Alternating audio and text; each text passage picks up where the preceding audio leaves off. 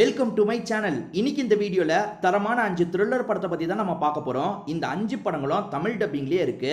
அதுவும் ஓடிடில போய் நீங்க பார்க்கணும்ன்ற அவசியம் கிடையாது. யூடியூப்ல ஃப்ரீயாவே இந்த படம் எல்லாமே அவைலபிளா இருக்கு. இந்த 5 படங்களோட பிளாட்டை பத்தியும் அதே மாதிரி யூடியூப்ல என்ன பேர்ல இந்த படம் தமிழ்ல இருக்குன்றத பத்தியும் நான் சொல்றேன். அது மூலியமா எந்த படத்தோட கதை உங்களுக்கு பிடிச்சிருக்கோ அந்த படத்தை நீங்க முழுசா பார்த்துக்கோங்க. இந்த லிஸ்ட்ல நம்ம ஃபர்ஸ்டா பார்க்க போற படத்தோட பேரு எரிடா அப்படின்றது. இது ஒரு மலையாள படம்னு சொல்லலாம், பக்கவான கிரைம் த்ரில்லர் படம்னு சொல்லலாம். இந்த படம் தமிழ் டப்பிங்ல இருக்கு. எரிடான்ற பேர்ல தான் அவைலபிளா இருக்கு. நான் பிக்சர் காட்டுறேன் பாத்தீங்களா, அதுலயே பேர் உங்களுக்கு கிடைச்சிரும். அந்த பேரை போட்டு நீங்க சர்ச் பண்ணி பார்க்கணும்னா பார்த்துக்கோங்க. முதல்ல இந்த படத்தோட பிளாட்டை பத்தி நம்ம பார்ப்போம். நாசர் தான் ஒரு முக்கியமான ரோல் பண்ணியிருப்பாரு. நாசருக்கு இந்த படத்துல 60 வயசு கிட்ட இருக்கும். சம்யுக்தா மேனனை பொறுத்த வரைக்கும் 25 வயசு பொண்ணா இருப்பாங்க. இவங்க ரெண்டு பேருமே கல்யாணம் பண்ணிக்கிறாங்க. சம்யுக்தா எதுக்காக நாசரை கல்யாணம் பண்றாங்க அப்படின்றது தெரியல. இந்த நாசர் இருக்காரு பாத்தீங்களா, புதுசா ஒரு கெஸ்ட் ஹவுஸ்க்கு சம்யுக்தாவை கூட்டு வந்துடுறாரு. இந்த நாசரை பொறுத்த வரைக்கும் நிறைய கேம்பிளிங் கேம்லாம் விளையாடுவாரு. நான் கேம்லாம் விளையாடிட்டு வந்துடுறேன், அது வரைக்கும் நீ வீட்டில் பத்திரமா இருன்ற மாதிரி இவங்களை மட்டும் தனியாக விட்டுட்டு கேம் விளையாடுறதுக்காக அவர் போயிடுறாரு. அவர் வரேன்னு சொன்னார் பார்த்தீங்களா, என்ன ஈவினிங் ஆயிடுச்சு இன்னும் வராமல் இருக்காருன்ற மாதிரி இவங்களுமே இந்த இடத்துல வெயிட் பண்ணிட்டு இருக்காங்க. இப்போ கொஞ்சம் கொஞ்சமாக இருட்ட ஆரம்பிக்குது. அப்போ இந்த வீட்டுக்குள்ள ஒரு நபர் நுழையிறாரு. கிஷோர் தான் அந்த ரோலை பண்ணியிருப்பாரு. நுழைஞ்ச நபரை இவங்க லாக் பண்ணிடுறாங்க. நீ யாரு என்னன்ற மாதிரிலாம் கேட்டுட்டு இருக்காங்க. அவர் தான் ஒரு போலீஸ் அப்படின்ற மாதிரிலாம் சொல்லிட்டு இருக்காரு.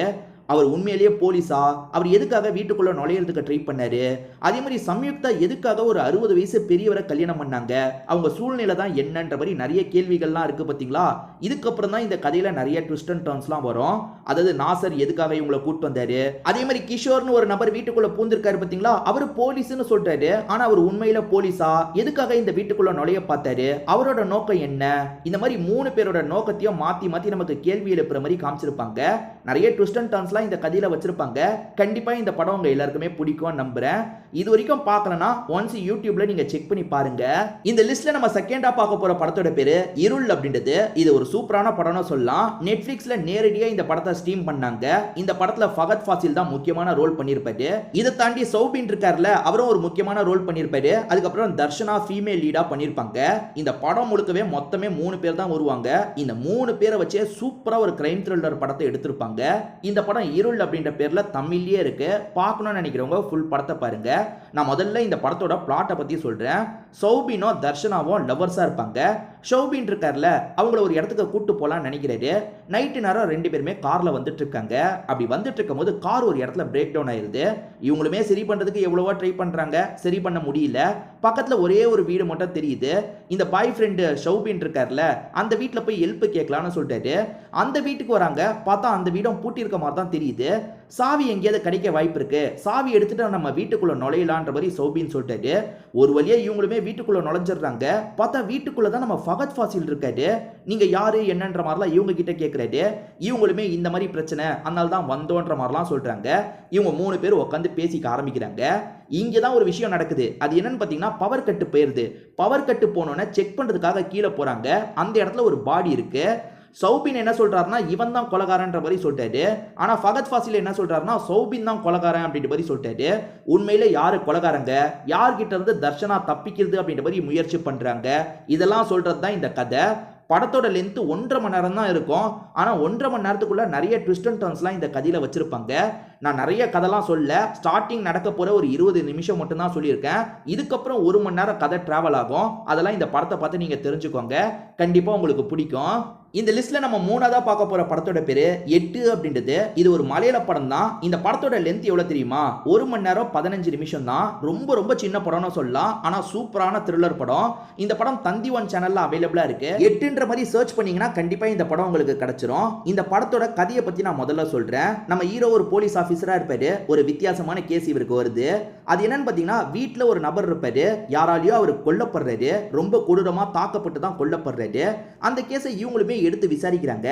இறந்து போனவருக்கும் அவரோட பெஸ்ட் ஃப்ரெண்டுக்கும் சமீப காலமா ஒத்து போல சண்டை ஏற்பட்டது அப்படின்ற மாதிரி மத்தவங்க சொல்றாங்க.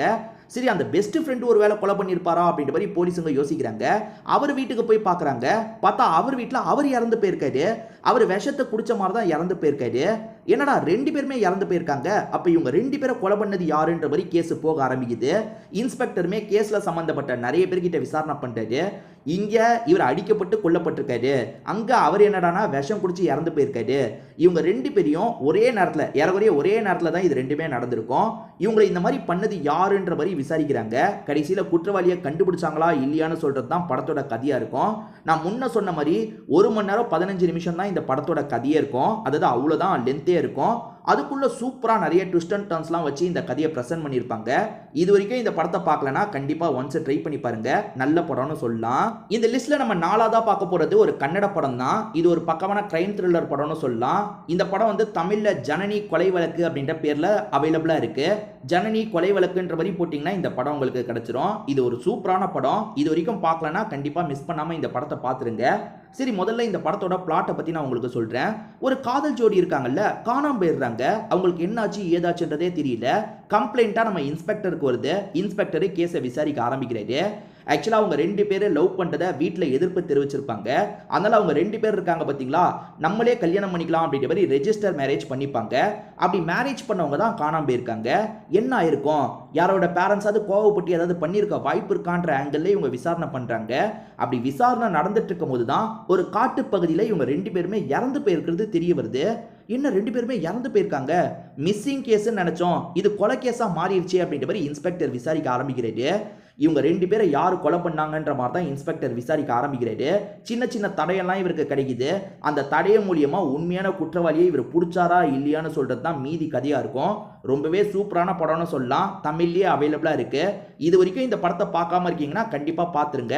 அந்த அளவுக்கு சூப்பரான படம்னு சொல்லலாம். இந்த லிஸ்ட்ல நம்ம கடைசியா பார்க்க போற படத்தோட பேரு எமர்ஜென்சி எக்ஸிட் அப்படின்றது. இது ஒரு கன்னட படம் தான். சூப்பரான ஃபேண்டசி த்ரில்லர் படம்னு சொல்லலாம். சமுத்திரக்கனியும் தம்பி ராமையாவும் இணைஞ்சு ஒரு ஃபேண்டசி படம் நடிச்சாங்கல்ல, வினோதய சித்தம் அப்படின்ற பேர்ல, அதே மாதிரி தான் இந்த படத்தோட கதையும் இருக்கும். நான் ஷார்ட்டா ஒன்லைன் என்னன்றதை நான் சொல்றேன். ஸ்டார்டிங் நம்ம ஹீரோ இருக்காரு பாத்தீங்களா, மார்ச்சுரியில கண்முழிக்கிறாரு. நான் சாகவே இல்ல, யாரோ இந்த இடத்துக்கு என்ன கொண்டு வந்துட்டாங்க, நான் பொலஸ்டேன்ற மாதிரிலாம் இவர் பேசுறாரு.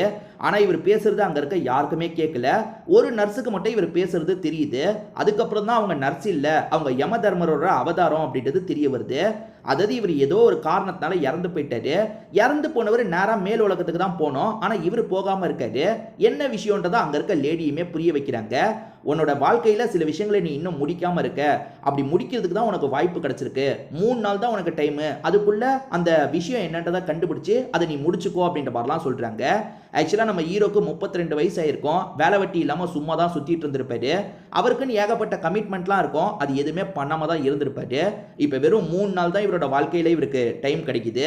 அந்த 3 நாள்ல இவர் என்ன மாதிரியான விஷயங்கள்லாம் பண்றாரு, அது எல்லாத்தையும் கொஞ்சம் ஃபேண்டசி கலந்து சூப்பரா சொல்லியிருப்பாங்க. இந்த கதையே கொஞ்சம் ஃபேண்டசி கதை தானே, இன்ட்ரெஸ்டிங்கா இருக்கும். இது வரைக்கும் இந்த படத்தை ட்ரை பண்ணி பார்க்கலனா கண்டிப்பா ட்ரை பண்ணி பாருங்க. இந்த லிஸ்ட்ல நான் 5 படத்தை பத்தி சொல்லியிருக்கேன் பாத்தீங்களா, இந்த 5 படங்களும் உங்களுக்கு கண்டிப்பா பிடிக்கும். இந்த 5 படங்கள்ல ஏற்கனவே எந்தெந்த படங்களை பார்த்திருக்கீங்க, எதை இன்னும் பார்க்கல, அது பார்த்தது உங்களுக்கு பிடிச்சிருந்ததா இல்லையான்றதை சொல்லுங்க. அது மூலியமா மற்றவங்களுக்கு அது யூஸ்ஃபுல்லா இருக்கும். திரும்பி வேற ஒரு வீடியோல நம்ம சந்திக்கலாம். இப்போதைக்கு வீடியோவை முடிச்சுக்கலாம்.